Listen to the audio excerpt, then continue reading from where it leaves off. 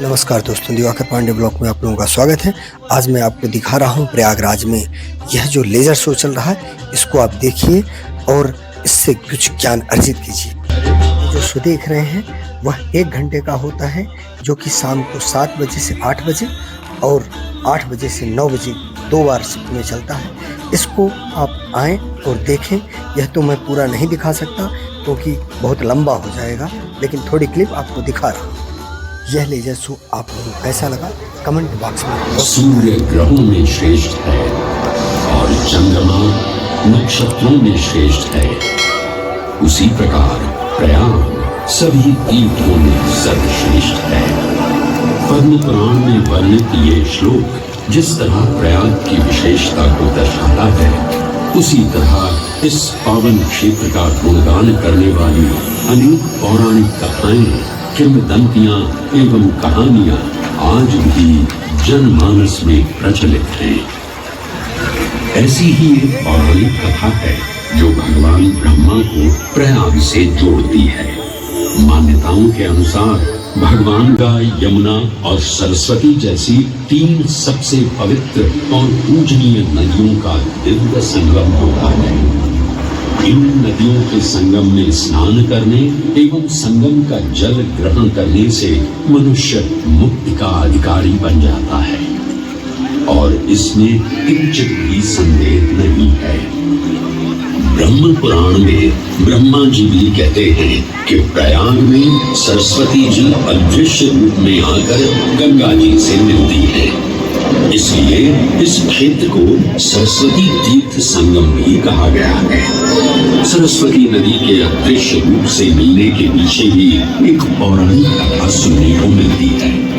ऐसा माना जाता है कि बद्रीनाथ क्षेत्र की गुफाओं में जब वेद व्यास जी भगवान गणेश को महाभारत की कथा सुना रहे थे, तब उस क्षण सरस्वती जी हिम शिखरों से टकराते हुए अपना मार्ग बनाती हुई बड़ी ही तीव्र गति से बह रही थी। सरस्वती नदी के इस तेज बहाव से उत्पन्न होने वाली तेज ध्वनि वेद व्यास जी का ध्यान भंग कर रही। इसलिए महर्षि वेद व्यास जी ने सरस्वती जी से वेद को कम करने का आग्रह किया, परंतु उनके अनुरोध उपरांत भी जब सरस्वती नदी के वेग एवं ध्वनि में कोई कमी नहीं हुई, तो उन्होंने क्रोधित होकर सरस्वती जी को श्राप दे दिया और कहा कि वे अब धरती के भीतर यानी कि पाताल लोक में प्रवाहित होंगे। तब से ये माना जाता है कि हिम शिखरों से उद्गमित हुई सरस्वती नदी उत्तराखंड के माना गांव से आगे अपने अदृश्य रूप में प्रवाहित होती है। आगे चलकर यही अदृश्य रूपी मां सरस्वती प्रयागराज में गंगा एवं यमुना नदी से मिलकर त्रिवेणी संगम को पूर्ण करती है। ये प्रयाग नगरी पवित्रता का उद्गम है, जिसके अंश हमें वेदों एवं पुराणों में भी मिलते हैं, जिनमें वर्णित है सुरों असुरों द्वारा हुआ समुद्र मंथन। अमृत प्राप्ति के लिए सुरों और असुरों ने एकजुट होकर क्षीर सागर का मंथन किया, जिसके संदर्भ में पुराणों में विभिन्न कथाएं देखने को मिलती हैं। उन्हीं कथाओं में एक कथा महर्षि दुर्वासा और इंद्रदेव से संबंधित है।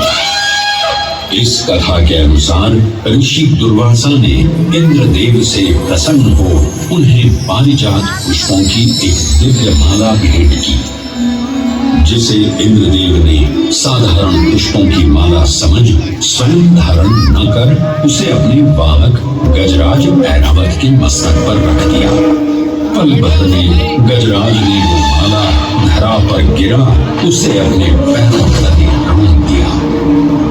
ऋषि दुर्वासा से ये अपमान सहन न हुआ और उसी क्षण क्रोधित हो उन्होंने इंद्रदेव को श्राप दे दिया।